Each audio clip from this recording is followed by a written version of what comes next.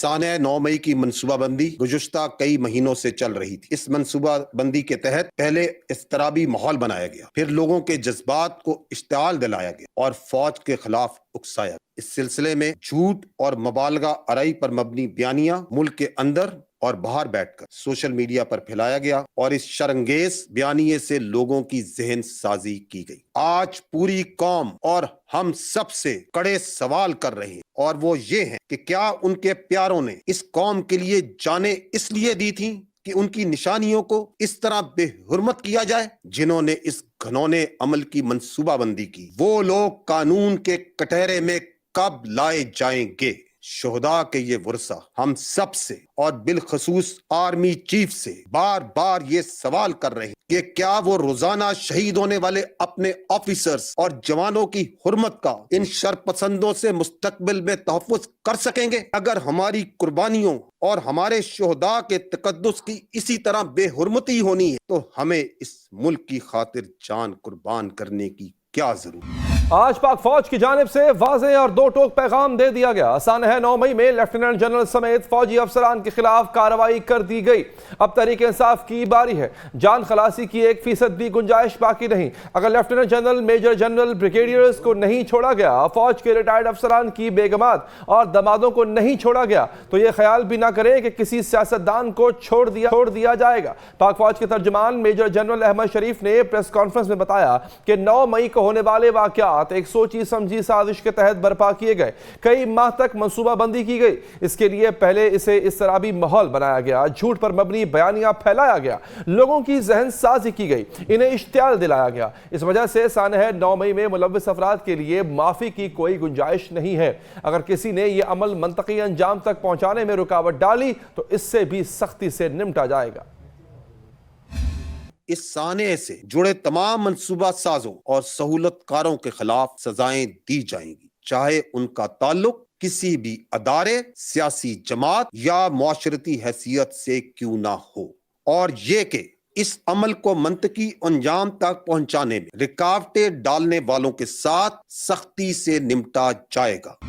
D G I S P R کے مطابق سانحہ 9 مئی کے منصوبہ سازوں اور سہولت کاروں کو کیفر کردار تک پہنچایا جانا ضروری ہے۔ اگر ایسا نہ کیا گیا تو کل کو کوئی اور سیاسی گروہ بھی اپنے مقاصد کے لیے یہ واقعہ کر سکتا ہے۔ سانحہ 9 مئی اس وقت انصاف کا منتظر رہے گا جب تک اس کے منصوبہ سازوں اور سہولت کاروں کو کیفر کردار تک نہیں پہنچایا جائے۔ اگر ایسا نہیں ہوگا تو کل کوئی اور سیاسی گروہ اپنے مذموم مقاصد کے لیے اس واقعے کو دہرائے گا۔ ترجمان پاک فوج نے یہ بھی بتایا کہ جی ایچ کیو اور کور کمانڈر ہاؤس لاہور کی سیکیورٹی میں ناکامی پر ایک لیفٹیننٹ جنرل سمیت 3 افسران کو نوکری سے نکال دیا گیا ہے۔ ترجمان کے مطابق فوج نے خود کو خود احتسابی کے عمل سے گزارا۔ میجر جنرل رینک کے 2 افسران نے ادارہ جاتی سطح پر تحقیقات کی۔ اس کے بعد 4 افسران فوج سے نکالے گئے۔ 3 میجر جنرلز اور 7 بریگیڈیئرز کے عہدے کے افسران سمیت 15 افسران کے خلاف تادیبی کارروائی کی گئی۔ جو متعلقہ ذمہ داران گیرزنز، فوجی تنصیبات، جی ایچ کیو اور جناح ہاؤس کی سیکیورٹی اور تقدس کو برقرار رکھنے میں ناکام ہوں، ان ذمہ داران کے خلاف تادیبی کارروائی عمل میں لائی گئی ہیں۔ 3 افسران باشمول ایک لیفٹیننٹ جنرل کے عہدے کے افسر کو نوکری سے برخاست کر دیا گیا ہے۔ 15 افسران باشمول 3 میجر جنرلز اور 7 بریگیڈیئرز کے عہدے کے افسران کے خلاف سخت تادیبی کارروائی مکمل کی جا چکی ہے۔ پاک فوج کے ترجمان میجر جنرل احمد شریف نے یہ بھی واضح کیا کہ احتسابی عمل میں نہ کسی کا عہدہ دیکھا گیا اور نہ معاشرتی حیثیت۔ جس کے خلاف شواہد ملے اس کے خلاف کارروائی کی گئی۔ کسی افسر کی بیگم، نواسی یا داماد سے بھی رعایت نہ برتی گئی۔ اس وقت ایک ریٹائرڈ 4 سٹار جنرل کی نواسی، ایک ریٹائرڈ 4 سٹار جنرل کا داماد، ایک ریٹائرڈ 3 سٹار جنرل کی بیگم اور ایک ریٹائرڈ 2 سٹار جنرل کی بیگم اور داماد اس احتسابی عمل سے ناقابل تردید شواہد کی بنیاد پر گزر رہے ہیں۔